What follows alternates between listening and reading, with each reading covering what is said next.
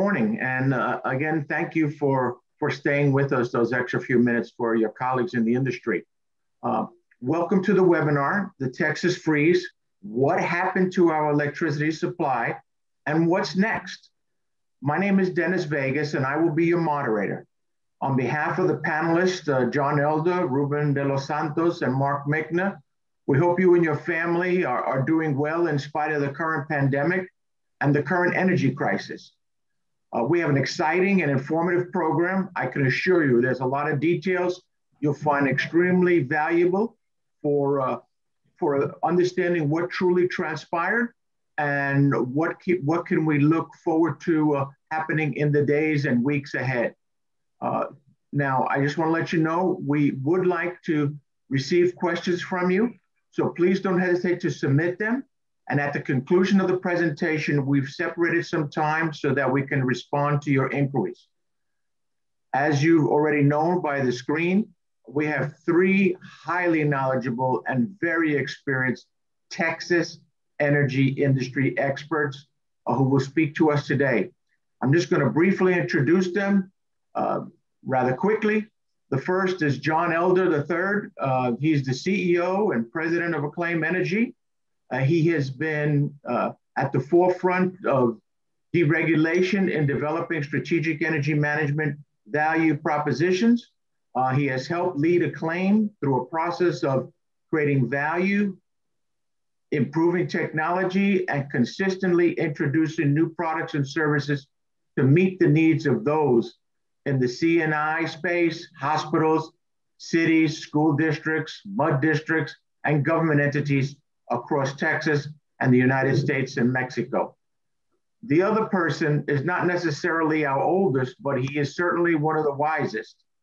His name is Mark Michna, and Mark Michna has over 35 years of experience in collaboration with end users in both the regulated and deregulated electricity and natural gas markets throughout Texas.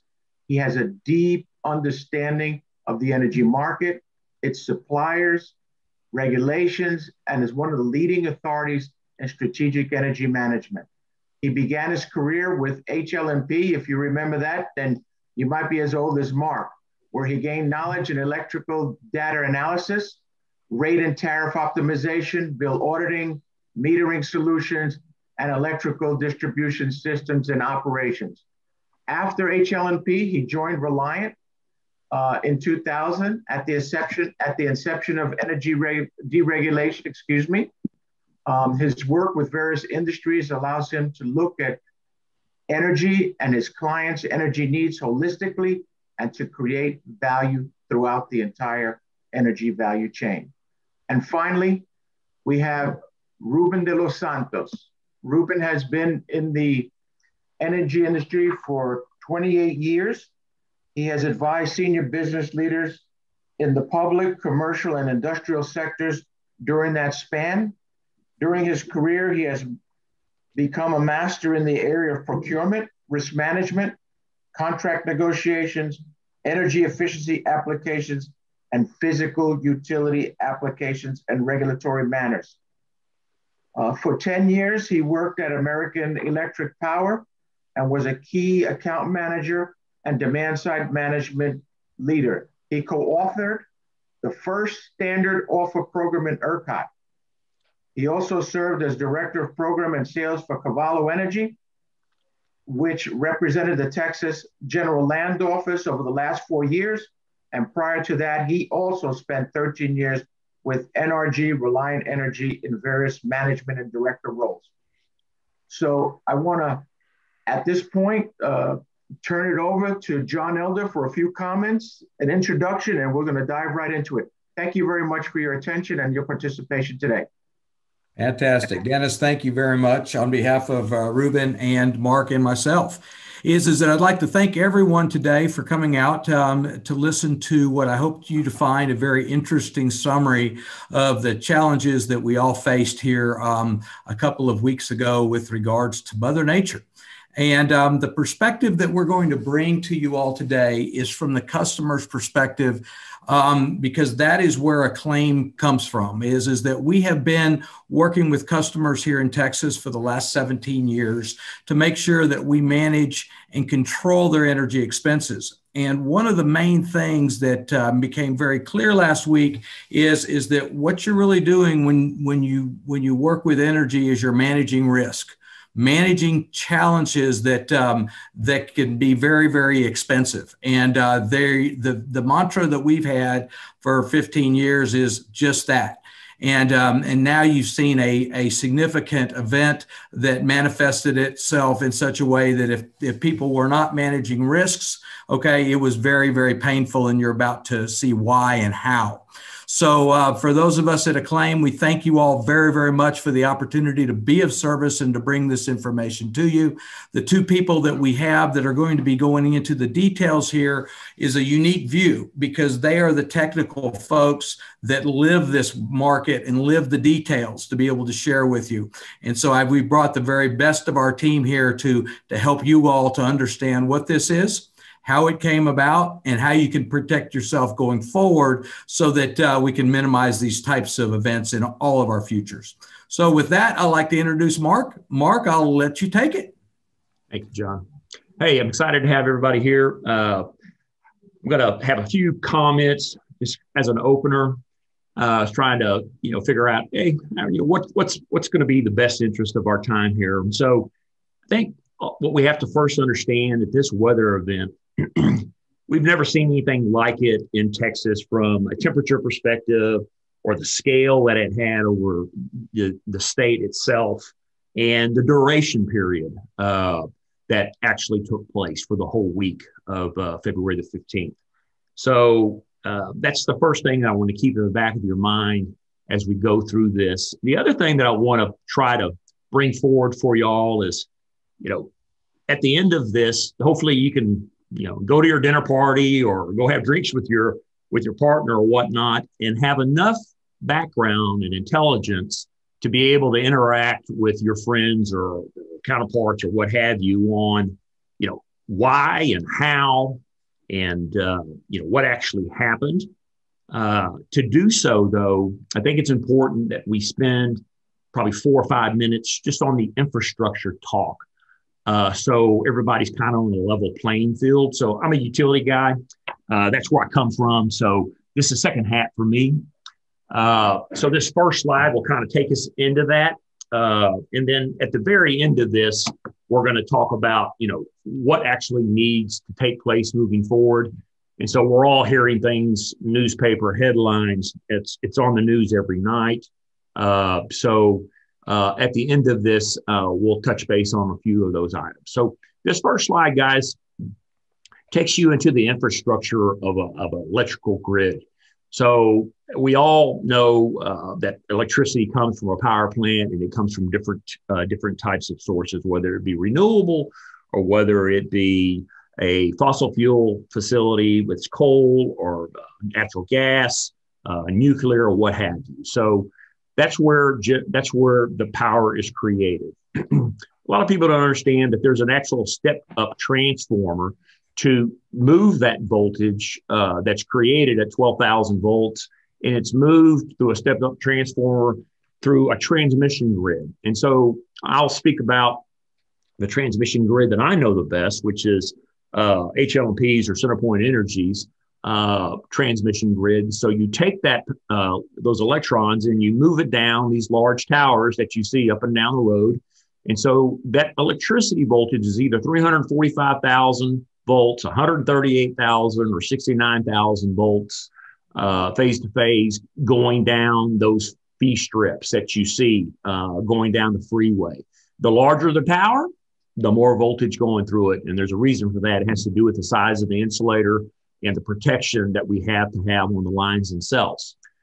So from there, you get into your subdivisions or your communities, if you will, through substations. And you see substation yards where you see the transmission lines going into the transformers themselves, and it steps it back down to a voltage that's either 12,000 or 35,000 volts. And then it goes through these poles and wires that we see up and down or behind our house into our house, basically. And there's a transformer that takes the 12,000 or 35,000 volt system and steps it down for commercial or residential use. So the event itself, you can see on the top left-hand corner where I have the Uri weather event. A lot of this took place at the power plant. And so we typically, we say, what the heck happened? I mean, I can understand if I have a hurricane and a tornado took down the lines that I can see in front of me. And so I'm out of power. Well, this was a little bit different situation this time. And so it probably brought some confusion to the consumers. It's like, well, I don't see where the problem was. Well, the problem wasn't with the distribution system, from the transmission or the distribution system on a lower voltage. It started with the generation, and we'll get into that. The other piece that you're going to hear in this conversation is about the rolling blackouts and what happened with the utilities. So the utilities, CenterPoint or Encore or AEP, the three large utilities in Texas, they start to control the system at these substations. So from there, that's where we saw, you as a consumer at the house, you weren't at work, you saw your power go out or stay on, right? And so those utilities are the ones that pulled the plug on that. And then finally, from a consumer perspective, you had the load at your house. So all of us were there. And so you saw varying events throughout this week. Either your power stayed on for the majority of the time, you had rolling blackouts, or you were completely in the dark. And so there were three different scenarios from that perspective. And I got some ideas about why. So that kind of brings that to a head. Let's go to the next slide, and I'll talk a little bit about the deregulated market to make sure from a financial perspective, we're all on the same page. So on the top left-hand corner, you'll see the integrated utility system. And so remember back in the day before dereg started, and so this puts some age on all of us. We basically, had a utility, and at that particular time, Houston Lighting and Power. Houston Lighting Power took care of building generators, taking care of the transmission line and the distribution and everything that goes to the meter. And they also took care of the bill. So they were fully integrated, and it was one-stop shop. You didn't have anything to worry about. The utility basically went to the Public Utility Commission of Texas and said, hey, Texas is growing. I need new generators. And so when they would do that, they'd go into the rate base, and we all would see it in the news. Okay, so we're going to build some new generation, and there's going to be some pass-through costs that we're going to see on our bills associated with this new generation. So that was all fine and dandy. Deregulation came around, and it changed the market a little bit. And so the next corner, the bottom right-hand corner, you can see where it says competitive wholesale and retail markets.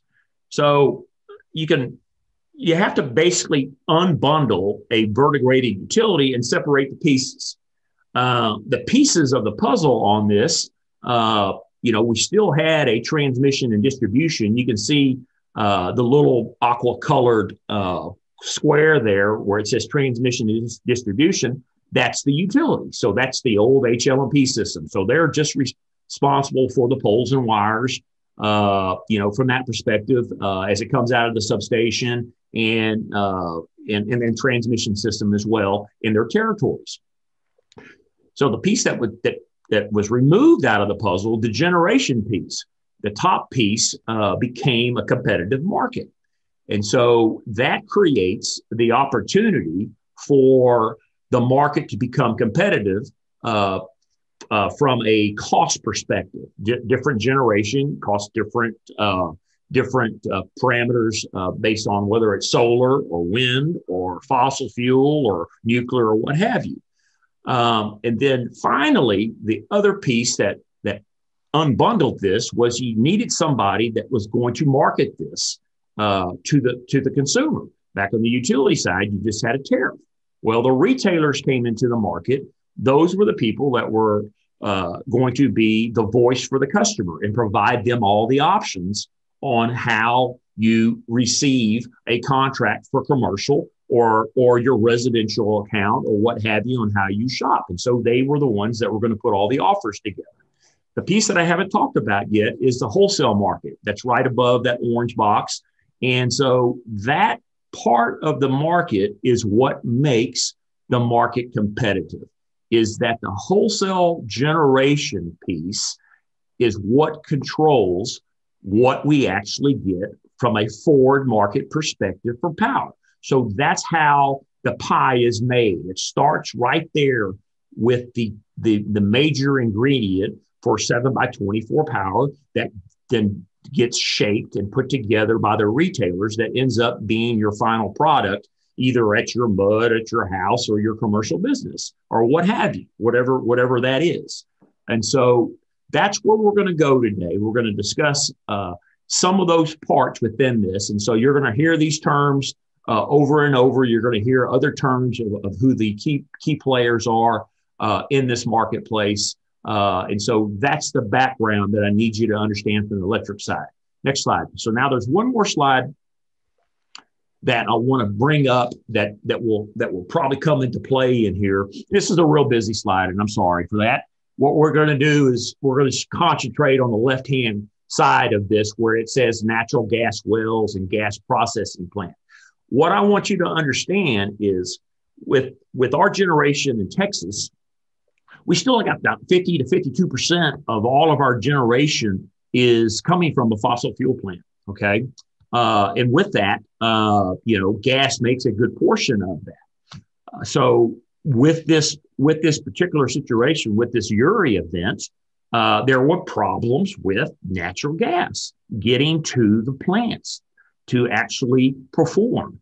So, the Railroad Commission is the one that oversees the natural gas piece of this. So what we had is at the wellhead itself, in West Texas or North Texas or what have you, we had freeze-offs. And at the gas processing plants, these plants failed because of weather. So not only did we have problems with the electric side of it, but also the natural gas side of it. The Texas General Land, let me back up. The Railroad Commission issued a flow order. A flow order means that I cannot guarantee that natural gas that goes through a pipe that ends up going to the generator or from a supplier to your house, I can't guarantee that it's going to get there because of the freeze-offs that happen. And so with that, there were problems with the infrastructure on the gas side as well. So that kind of brings you full circle from an understanding from an infrastructure side that I wanted to bring forward. Let's see, what do we have next? So next, I'm going to turn it over to Ruben, and he's going to give you a little bit of a backdrop on who the key players are from a learning perspective. That's going to help us educate as we get it more to the details and to the guts of all this. Ruben, go ahead. Thanks, Mark. If you can jump to the next slide, Paul. Yeah. So hopefully I won't. Hopefully I'm not going to repeat items that Mark has already mentioned. I'll do my best to avoid doing that. But I'm going to go over some of the key players, and you guys have certainly heard of the Public Utility Commission of Texas. They've been all over the news. I mean, what the PUC does is they regulate. They're responsible for regulations of transmission, supply, and electricity, and basically, are the top of the rung. Commissioners are appointed by the governor, and PUC is a very large organization in Austin. A lot of administrative law judges within the commission, and they basically make decisions on behalf of taxpayers in Texas. So they're under a lot of scrutiny right now because of this event. I mean, it was a very unusual event, but the question is, did they adequately prepare for this worst case scenario? And I think everybody can say, no, they did not.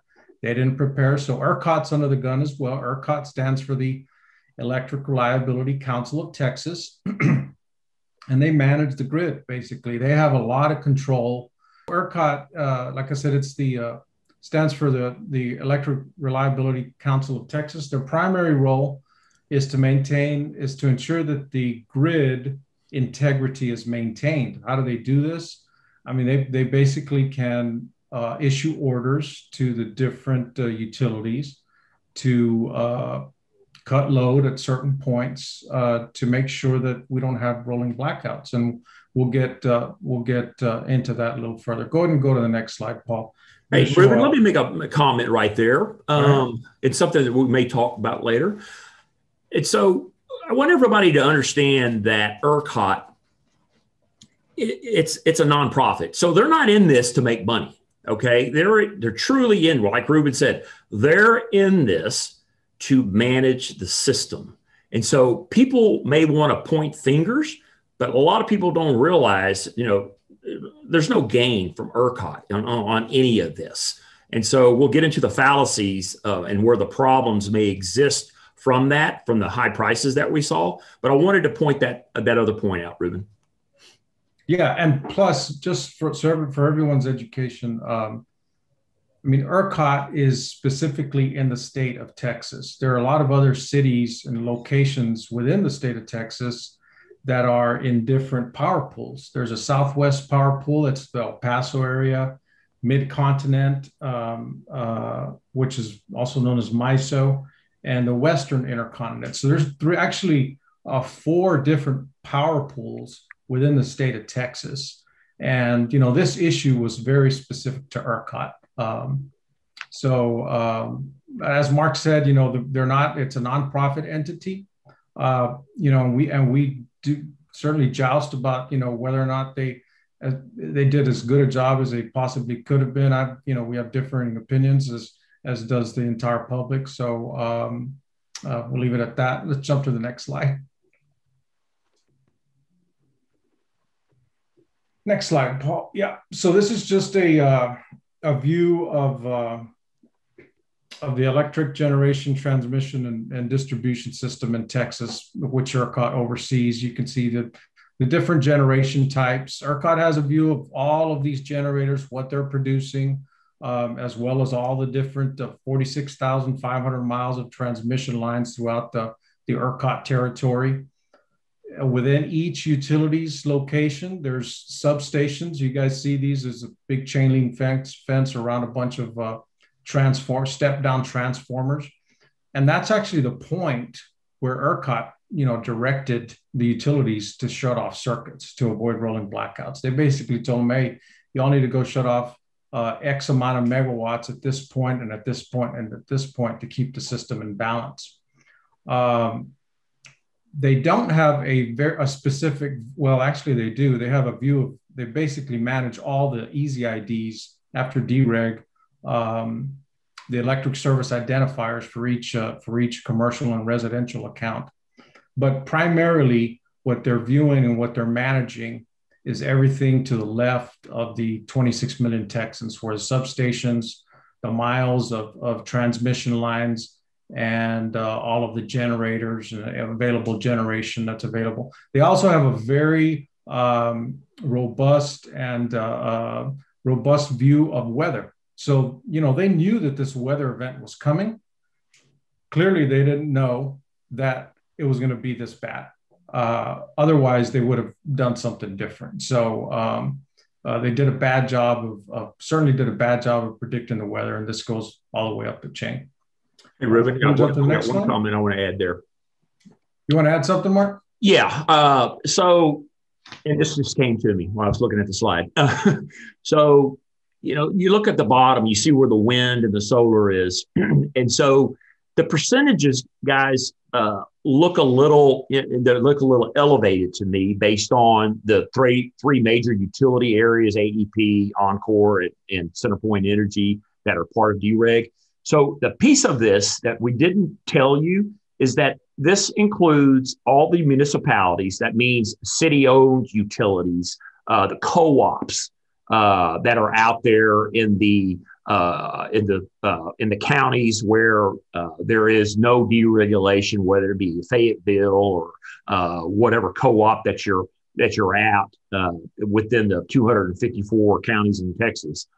So you're either in the regulated or you're either in the deregulated territories. So these numbers bring into place all of what ERCOT does, which includes the utilities, co-ops, and munis. Yes. So go ahead and jump to the next slide, Paul. Yeah. And there's just a few more key players we're going to identify.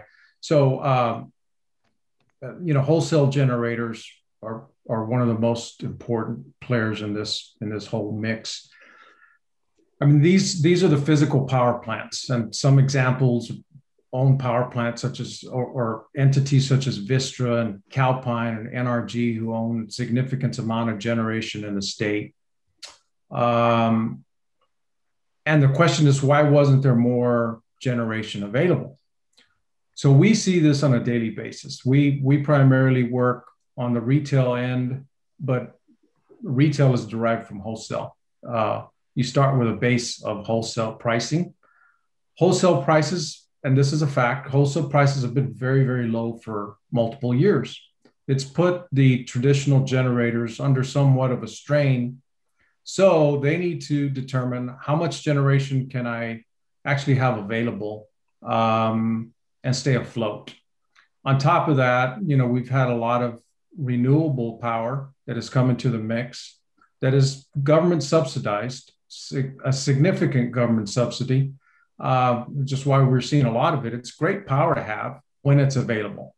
In fact, ERCOT refers to it as intermittent power because that's exactly what it is. It's not a guarantee that it's going to be there. You need elements of nature to ensure that that's going to be available.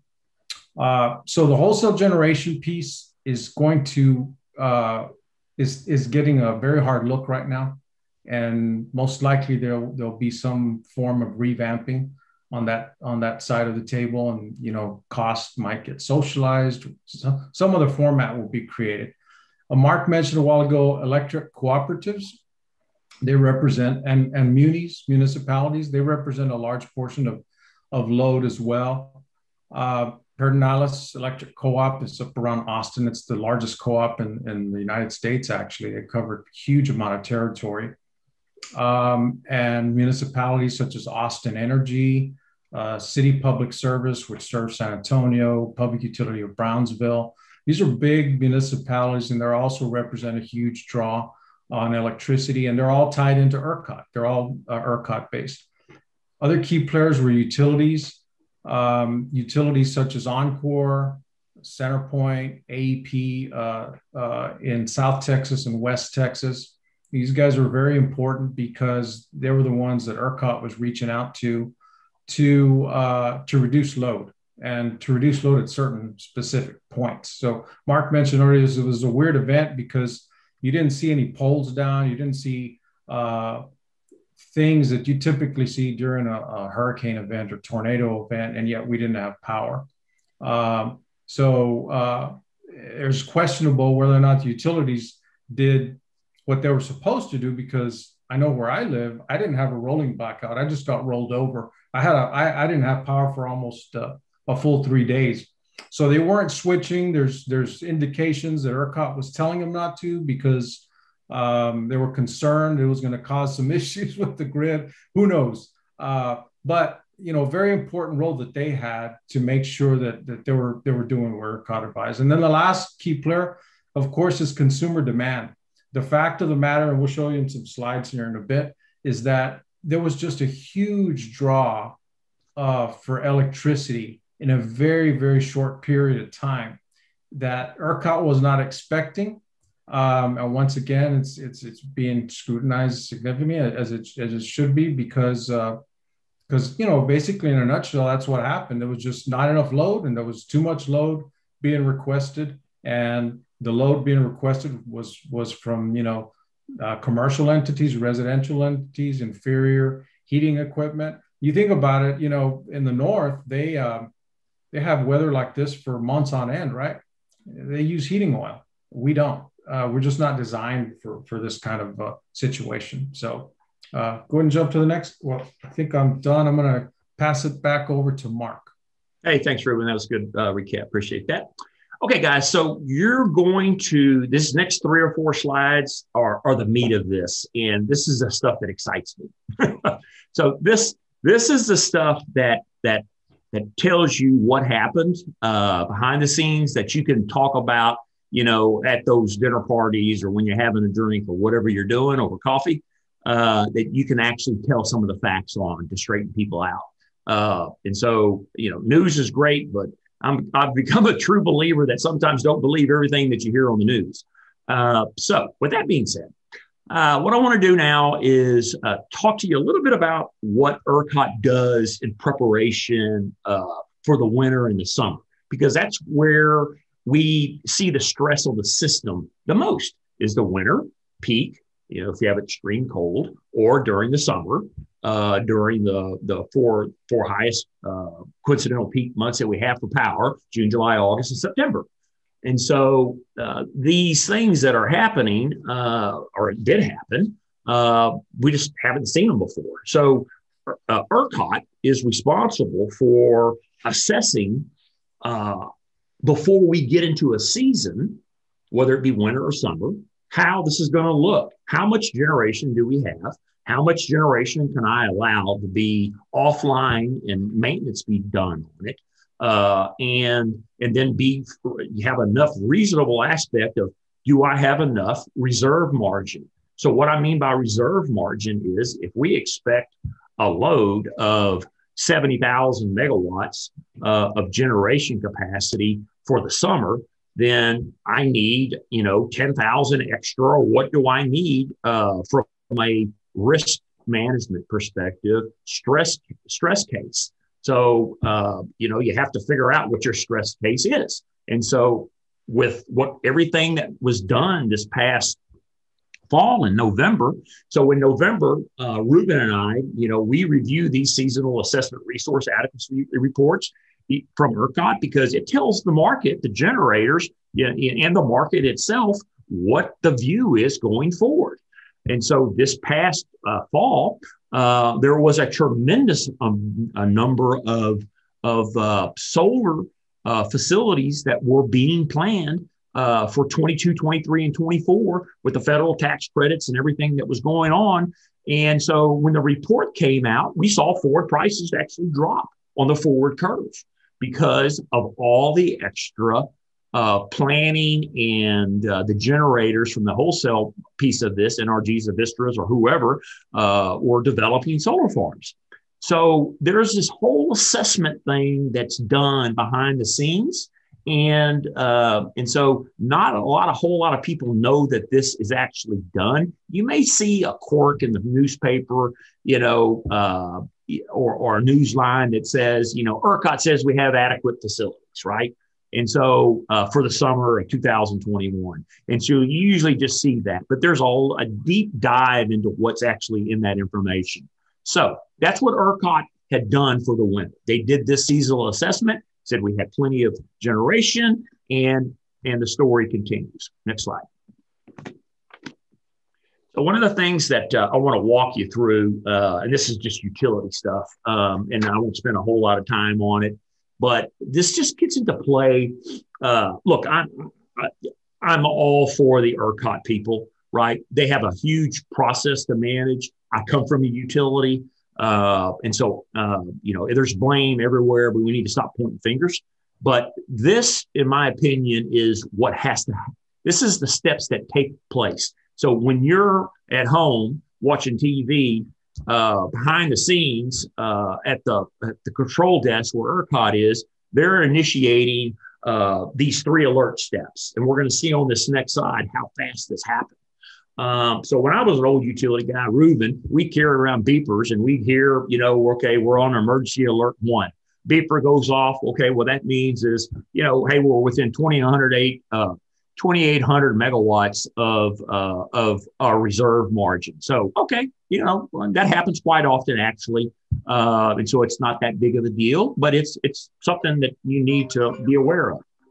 From that perspective. And so to put that into place, 2,800 megawatts, that's South Texas nuclear plant. Okay. So I think that South Texas maybe 2,650 or 2,700 megawatts, the total capacity of it. And so that's how close we're getting to where, all right, that's how much reserve we have in the system is the South Texas Nuclear Project. Okay, fair enough. So let's go into step 2. So what happens is all of the participants in the market, the co-generators, the large industrials that are up and down the ship channel, we have commercial programs that incentivize these large users of energy, and they have redundancies to shed off. So if I'm Roman Haas or Valero or whoever, Enterprise, I'm going to shut my load off, and I can do that and still be okay. And then I'm going to sell 50, 25, 100 megawatts into the system. And so to help pick up what the problem is, to bring in some of that. Well, when you go through that process and you still have a demand issue, then that's where it starts to tumble. So you get into a emergency alert status 3. So that tells you that capacity and demand are on top of each other. And that takes us to the next slide of the event. So next slide there, Paul. Hello, Paul. There you go. Thanks. Okay. So I want everybody to understand that this slide takes us from Sunday to Monday, but where we're going to concentrate is kind of, we're going to get into this 12:12 thing on the right-hand side, 12:12 a.m. So you can see, all right, and let me go a little bit to the left. So at 11:17, they deployed the responsive reserve and then physical responsive reserve less than 3,000. So here we are, we're getting close to EEA level 1, okay? It's like, okay, we got there within 45 minutes, we got into an emergency alert level 1. Well, within 45 minutes after that, we went into a level 2. Everybody, all the reserves and all the deployments for the programs went into place. And then within 13 minutes, we basically said, we've got to reduce load from a generation perspective. So imagine somebody having to manage these 680 units that are within generation units within Texas, right? And so this is all, done electronically where they have the ability to shed load at a flip of a switch or push of a button on a computer, right? But this event is just unprecedented that we went from level 1 to level 3 in such a fast amount of time. So put yourself within their shoes over these next few slides about the decision-making process that had to be done to keep the grid on. And so that's one of the strong suits that I think the CEO of ERCOT is not, look, they've asked for his job. And enough blame. Hey, he's a brilliant man, in my opinion. I don't know him personally and know people that do know him. But from watching the interviews and the things and his performance, he's a rock star, in my opinion. So go to the next slide. Am I doing the next one, Ruben? Let's see. Or is that you? I got the next one, Mark. Okay, go ahead. Yeah, this is about the frequency. Super. Yeah, and I'm gonna hustle through this, Mark. We got a few more slides to get through, and we want to leave some time for some questions. I'm talking to you. I hear you. Yeah, so what Mark was saying, ERCOT basically used the tools that they've been empowered with to try to maintain the grid's integrity. Those are that EEA 1 through 3. They blew through it in a matter of an hour. The next things that they basically had to do was to start shedding load. So you guys may have heard that, the frequency was dropping. ERCOT was trying to maintain its frequency. Our system in ERCOT operates on a 60 hertz frequency cycle. And so all of the power plants within our grid have to maintain this 60 hertz or very, very close to 60 hertz cycle. If you look at, for instance, one of your outlets, cords, or, if you look below a lamp, just about everything has a UL tag. This UL tag will have a 60 HZ number. That means it operates at 60 hertz. So it's all tied to the equipment that we actually use when electricity eventually flows down to it. So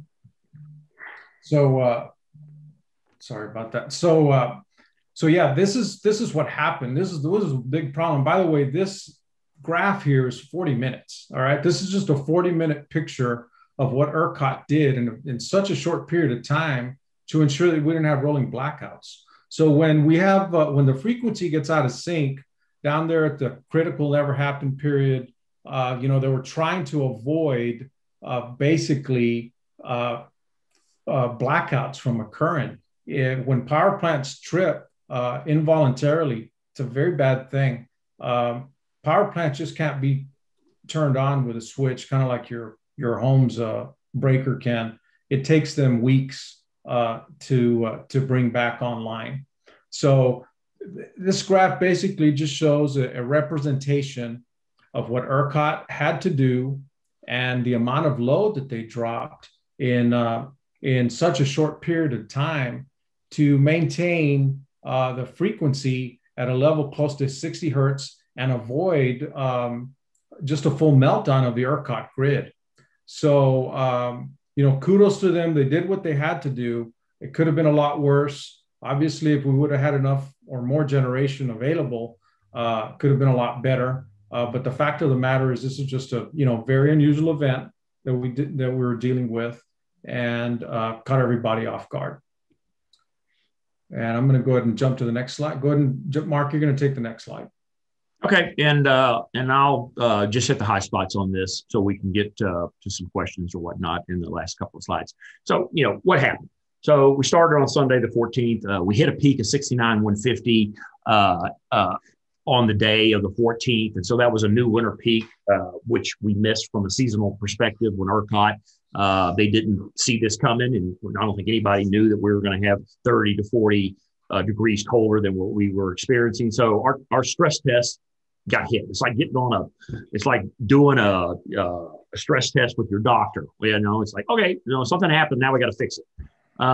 So with that, we dropped about 10,000 megawatts of load to save the system. They did that in about 25 minutes. ERCOT did that. We had low pressure on the system. So we kind of got in balance that morning where we had 45,000 megawatts of generation left, and we had about 45,000 megawatts of demand. I remember looking at it on that morning, looking on the ERCOT portal and going, I went, holy shit. I said, oh my God, we are in deep stuff here. Never seen that before in the 35 years. And so that's what we had, 45 megawatts of load, 45 megawatts of generation, and that's where we sat. So with that, I said earlier, ones didn't lose their power at all. They were on a priority circuit. What I mean by that is, if you're a utility, you've got your circuits laid out and it says, okay, I got a hospital on this circuit. I got a fire station, or I got a police station, or a MUD, or what have you. And there's critical load, human needs there. And so those circuits stay on, most of those circuits stay on during this event unless it really hits the fan. Then second, you had ones that had rolling blackouts. Me personally, I was at the house, and I went out on Monday and didn't come back on Friday, right? And so then we had people that stayed out the entire process. And it's like, you go across your subdivision, you go, well, why in the heck are those lights on and mine are out? Well, it has to do with who's on that particular circuit. So if you're lucky to be on a priority circuit moving forward, it's like, hey, am I at a hospital? Maybe that's where I need to live. So anyway, next slide. So the last couple of things is we're going to get into the pricing piece of this. And so the market hit a cap of $9 a kilowatt hour, or $9,000 a megawatt hour. And so let's just talk kilowatt hours so you can understand that a little bit better. You normally pay 4 or 5 cents for power. And so the market cap for, 87 and a half hours, I believe, something around that, we were at the cap. And so we had generators. My brother asked a question this morning. He said, so Mark, so why did the generators get incentivized if we didn't have enough generation? Because I thought the generators got incentivized when we needed power, that they would be there. I said, Greg, you've hit exactly on what it is. It's like they got paid $9 a kilowatt hour to throw into the market. and there was no generation. We couldn't meet the demand. And so there's the fallacy with the market cap. It wasn't designed to run for 4 days in a row at $9 a kilowatt hour. So that's one of the main things that's going to be looked at. Other than that, on Friday, 10:38, everything got better. So we went from $9,000 a megawatt hour, or 9 cents $9 a kilowatt hour, to the interval that was around, I think it was 10 o'clock or 10:15. I looked at the price, it was 2.7 cents. So just boom, boom, and everything got better. Okay, next slide. And Ruben, I'll cover this, Mark. Yeah, so these are just graphical representations of what occurred. You can see there where the 10,000 megawatt drop occurred, where ERCOT had to do that to maintain the frequency. The dashed line above is actually the load that would have been drawn from the system. So you can see the shortfall, basically the gap between the aqua and the dashed line represents the shortfall in electricity that we had throughout the system.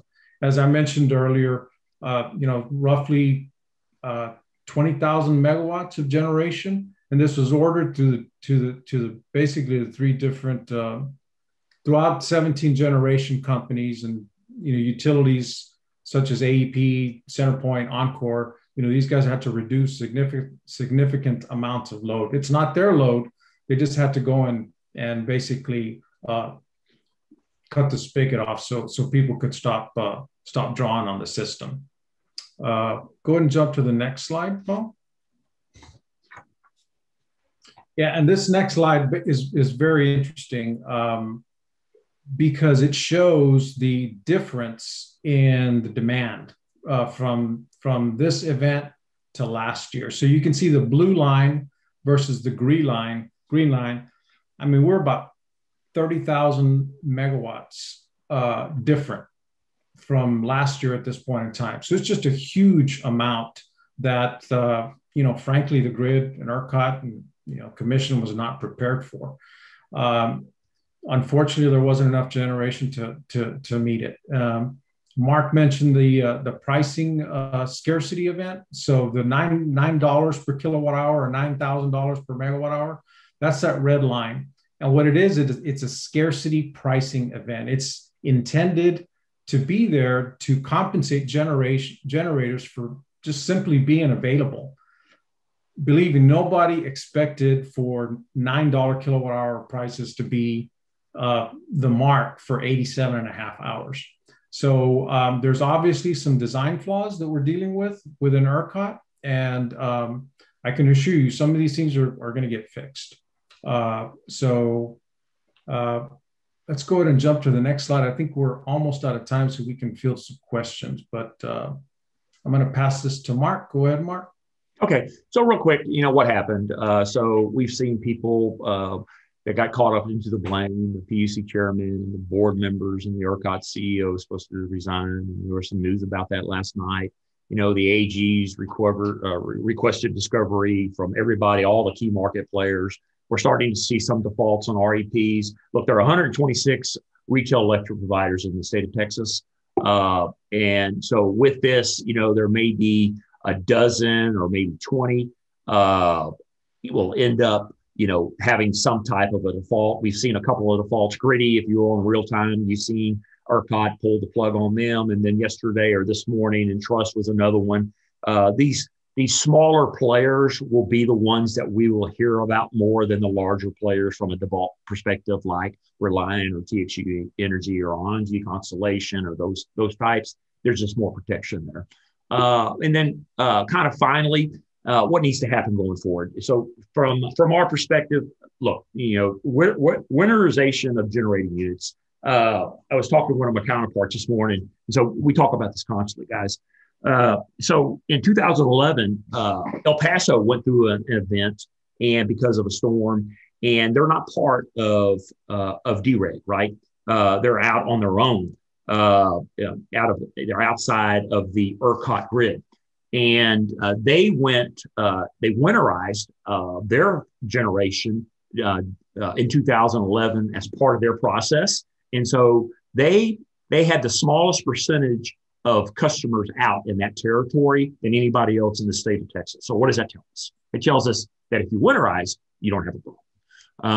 And then other than that, there's going to be the utilities, CenterPoint, Encore, what have you. They're going to look at their whole utility load shedding process, what could be done better from that.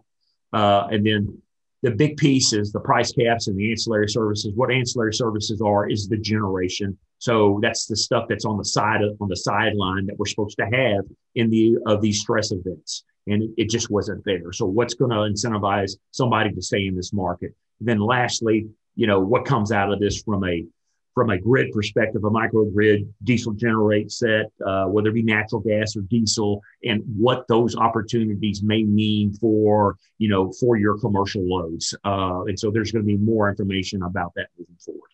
And I'll add, Mark, there's possibility that they could, create some kind of capacity market similar to what's in the East Coast. That would incentivize, more generators to be available down the road. It's a good point. So, Ruben, one of the last things, I guess, and so that's a great point, is capacity versus energy. In Texas, we're an energy-only market, meaning you as a consumer, the only demand charge that you get is from your TDSP, okay?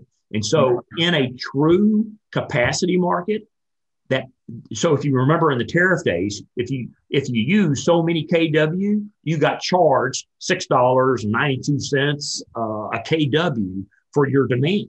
And so that's what a capacity market does. It's supposed to pay the generators for new generation. There's some flaws with that, because one of the things that points in my mind automatically is you've got 30 and 40-year-old generation. And so the incentive for new generation through a capacity market, well, you're paying for a bunch of old goat stuff. So really, from a proration perspective, how do you make the money go where it needs to go? So anyway, that's I wanted to add that one comment. John, to you.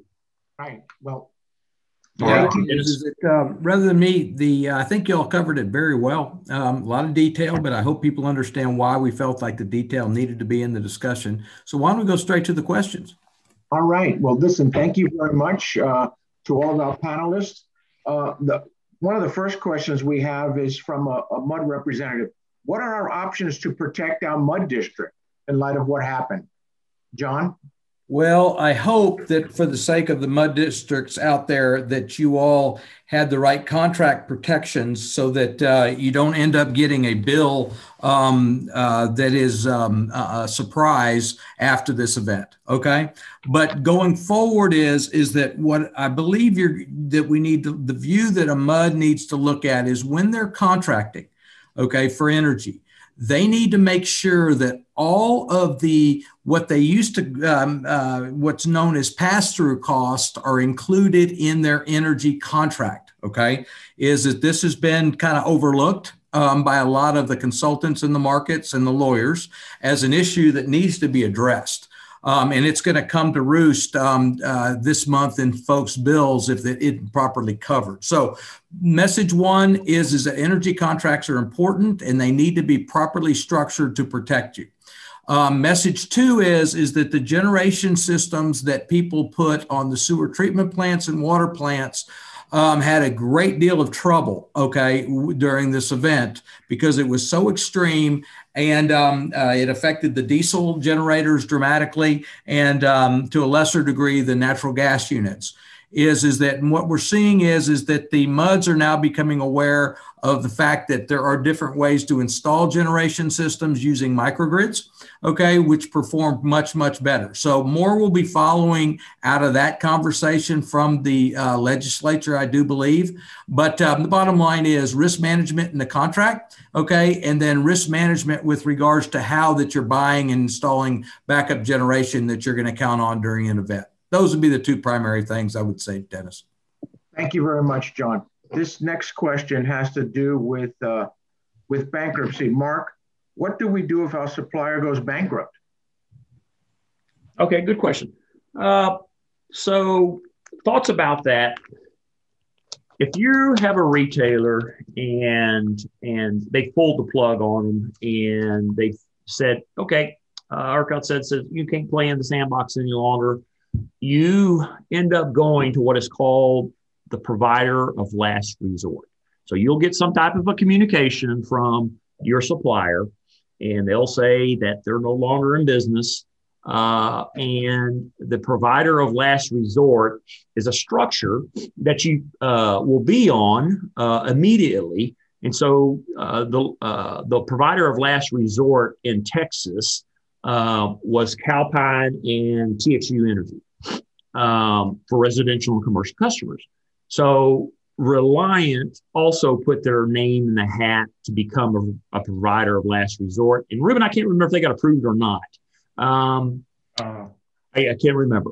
So you go to provider of last resort, and then when you find that out, you're going to want to go to the market and get a competitive deal because you don't want to be on that rate. Basically, what it comes down to. And so if you find that you have been switched and you are sent to the provider of last resort, you need to reach out to your consultant and or if it's on your house, go out and go to Power to Choose and pick another program. And I'll add, you can switch in a very short period of time, in a day, typically. So, well, and to clarify for everyone why this is a real risk is that it's just now coming to light, but many of the suppliers got caught in that $9,000 a megawatt hour price that they had to buy a lot of power, and they were not financially prepared for that. Okay. So you're going to start seeing it's very, very, very serious. And you're going to see a lot of potential bankruptcies in the space. There's still kind of hesitancy around what these companies are going to do because the PUC is involved and they haven't really, there's just a lot of balls up in the air, but it is a very real risk that needs to be monitored because that provider of last resort rate is very, very egregious. Okay. So you do not want to be there. So just let's keep our eyes open as to what happens. And, but it is a very real risk for consumers. All right. Thank you, gentlemen. The next question is, do you anticipate rates will go up and buy? That's for Ruben. Do you anticipate, Dennis, you got cut up, rates will go up? Yeah. Do you anticipate rates will go up and by how much? You know, the market's going to do what the market's going to do. As it has in the past, rates will go up, rates will go down. The fact is that this is a one-time event. It impacted those that were open and subject to real-time prices, both on the commercial side, like John mentioned, or on the end user side, right? So the fact is that the typical contractors that we deal with are forward-looking contracts. Retail providers are still providing really good prices for forward-looking contracts. So the answer is, Dennis, yes, they're going to go up and they're going to go down. They're going to go up. They're going to go down. That cycle is not going to change. It's all a forward-looking view. All right. Thank you. This one is for John. So you guys mentioned near the last slide, microgrids. How would a microgrid help my school district? Well, the idea of a microgrid is that that you have a backup generator, a backup power source, okay, separate and distinct from the actual power grid. So in the event that the power grid does fail, okay, is that a generator is there to solve your problem. That's kind of the traditional way that they always work. What a microgrid simply does is it takes a larger section, okay, group of schools, a group of sewer treatment plants, a group of houses, and puts them together, okay, in such a way that they can completely come off the grid in the event that we have something like what we had a couple of weeks ago during this storm. So it's basically a way of increasing the reliability of a generator because you also add into it monitoring and 24-hour maintenance. It's a more managed type of solution, which greatly improves the performance during a challenge like we had. You'll hear more about those as time moves forward because I think it's going to be a significant topic there in Austin. Okay. And another question is, how are ERCOT board members selected? Yeah, I actually just responded to that, Dennis. They're appointed by the governor. Governor appoints the. Oh, I'm sorry. Did you say ERCOT or PUC? ERCOT. Oh, ERCOT board members. I'm not sure, to be honest with you. Maybe John, Mark, do you know? They're nominated and voted on, and there's a process there that I'm not up to speed on. But those are nominated by the people, by the different. You've got a number of them that are industry representatives, and then you have some of them that are at large. The at large ones were the ones that resigned last week. Now PUC is appointed by the governor. Right, PUC is appointed by the governor. So. The next question I have is, what can we do to prepare ourselves for the summer as it continues to get hotter and blackouts become more frequent? Mark? Okay, so if you're concerned about the summer load that you have, it begins with your contract. And so from a generation piece, the generation is going to be what it's going to be. And, we should have ample supply, just like I said, the resource supply that's there. So you should continue on business as usual. And so what you've learned out of this event is if you have a way, put it number one, if you're on a fixed price contract, you're fine, right? And so what's going to come out of this though is, how is this, if there is a cost that's associated with this and it's weatherizing or whatever, then that's going to be peanut buttered across the system one way or another. And that's just the truth of it. And so that in itself will come through legislation, and that's a change of law. And every contract that is in the system has, with a retailer, has a change in law provision. Because how does a retailer, protect himself on events with a change in law, right? And so, if law changes in Texas, then that's going to be a pass through. So I don't know that I'm answering the question, but it's business as usual. And so if you have a good contract, you should be, you're in a fine place, just like we had the event with the winter. So you want to stay away, from a public retail consumer or commercial business. If you're gonna partake in a block and index or a heat rate deal, something that's a variable rate, then you better understand what you're buying to understand the risk that's associated with those different products. I'll say it that way. Okay. Well, we have two more questions. One is this will be next to our last, but why is renewable energy so important? And people said it was so critical, and yet we saw images of renewable energy going down during this storm. So how reliable is it?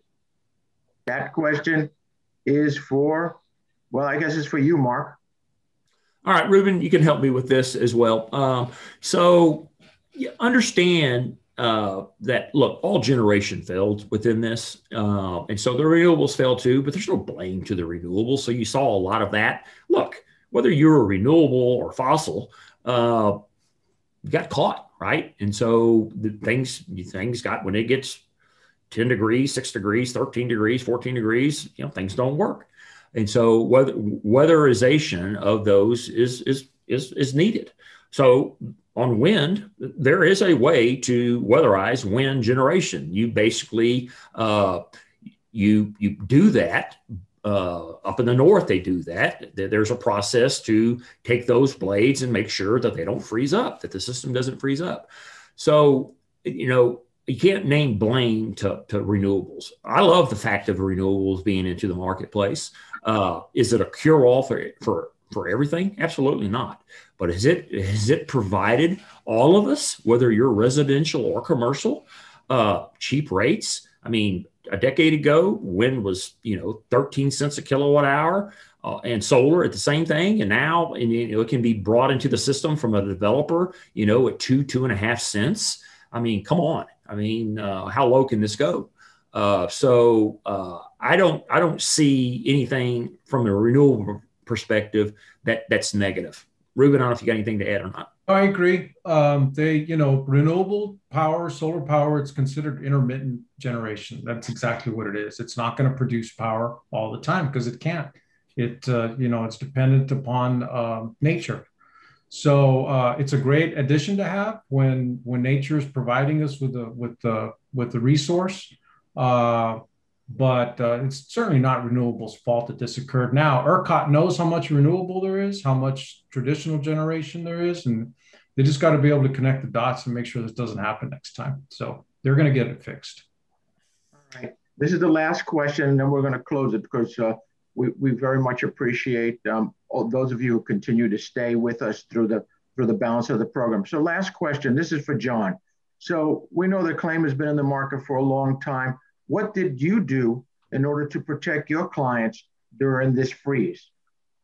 Well, during the freeze, there wasn't much to be able to do, okay? It all had to be done before, which was how that we structured the energy contracts to protect our clients from these types of things. And then now we're in an evaluation mode with them in terms of their generation, their reliability systems that they had on sites, how did they perform, and helping them to make decisions going forward with regards to, deciding on how they're going to put in new installations. So the next thing I see is going to happen is that we do know of quite a few circumstances where other clients have contracts that they're probably going to need help on with regards to some things that probably are going to show up in their bills. So I think it was mostly from a claim standpoint was making sure that our clients weren't subject to this. Okay. And then now kind of cleaning up kind of some of the decisions that were made otherwise that maybe we can improve upon now that we've been through something like this. Okay. Thank you. So I want to thank the panel, Mark, Ruben, and John for their time and for setting up this forum. And I want to particularly thank all of the participants this morning. We hope you found the details and insights helpful in managing your energy. And we want you to know, obviously, that if you need support or you like some further clarification on some of the issues that we discussed this morning, please don't hesitate to reach out to us. We would welcome the opportunity to talk further with you about this and about what you can do to insulate your organization going forward. And finally, just want to let you know, we will be sending out your white papers on how the microgrids had a significant impact on the city of Houston's water supply. And for those of you who aren't signed up for our newsletter, Mary Dubois has instituted a new communications for all those in the mud market. And so if you'd like to subscribe and receive our monthly newsletter, please do. If you'd like to find out more about the trends, regulations, changes, issues that are germane to the energy market, don't hesitate to go to Acclaim Energy on LinkedIn or listen to our podcast. We started a new podcast recently called All About Energy, and it's on Spotify. And these resources are designed to help you, whether you're a client of Acclaim's or not. We want to make sure that you have the information to make the wisest decisions for you, your community, and your colleagues. So again, thank you very much for your time. Have a pleasant day and be safe. Thank you all. Thank you very much.